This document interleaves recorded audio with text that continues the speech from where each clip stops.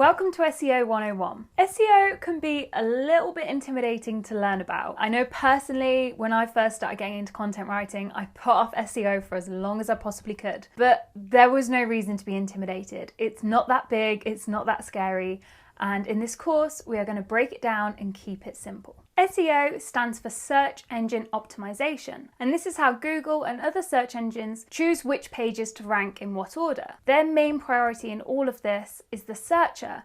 They want to make sure that every single searcher gets the most accurate and the most useful search results. These search engines have millions of pages to rank. It could be billions by the time you're watching this course.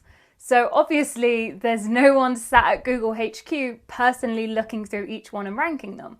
They have to have algorithms that scan each post on the internet in a fraction of milliseconds. SEO is all about catching the attention of those algorithms, telling them that you are a great page, you're high quality, you provide lots of value, and you deserve to be displayed on the first page of search results. Google's algorithms are always changing. If they tweak something tomorrow, it could make half of the SEO tactics out there completely obsolete. That doesn't mean they're not worth practicing. They absolutely are.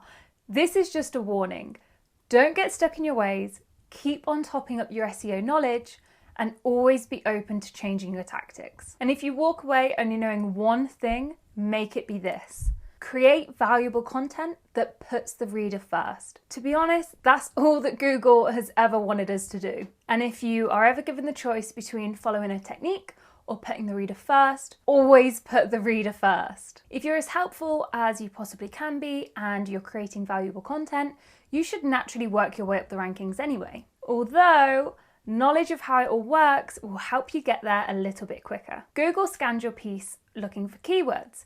This is how Google understands what the content is all about, so it can rank it accordingly. And this is something that we all already do naturally. Say, for example, you are writing your piece about sloths.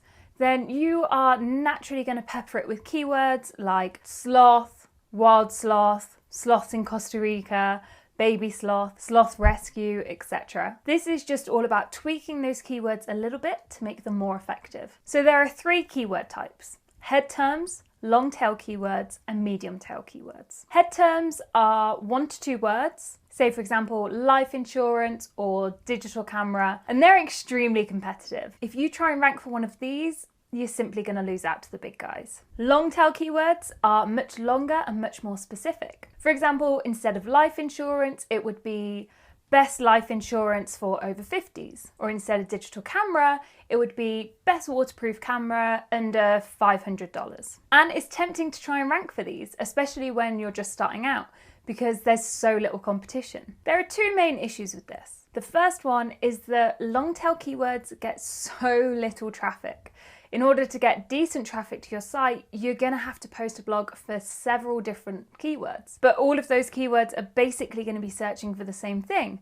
So you're going to end up with 5 to 8 articles, all with the exact same content, just different titles. And these 5 or 8 articles are obviously going to be a lower quality than if you put that time and effort into writing just one. The second issue, and a much bigger one, is that Google clocked onto this tactic. It picked up on sites that were posting several low quality posts about the exact same thing. So it brought in the Google Panda and the Google Hummingbird updates. Google Panda flags the sites that are using long tail keyword tactics, and Google Hummingbird merges the long tail keywords together. For example, if you now search for retro video game consoles and old video game systems, you're going to get the exact same results. Medium tail keywords are the happy medium between the 2. 3 to 4 words that are a bit specific, but not too specific. For example, our head term life insurance becomes affordable life insurance. And our long tail keyword best waterproof Nikon cameras under $500 becomes waterproof digital cameras. These are the best keywords to go for because you're not going to be competing with Fortune 500 companies and you're not going to have to write a lot of low quality articles. That said, when I'm doing keyword research, I still make a note of the long tail keywords.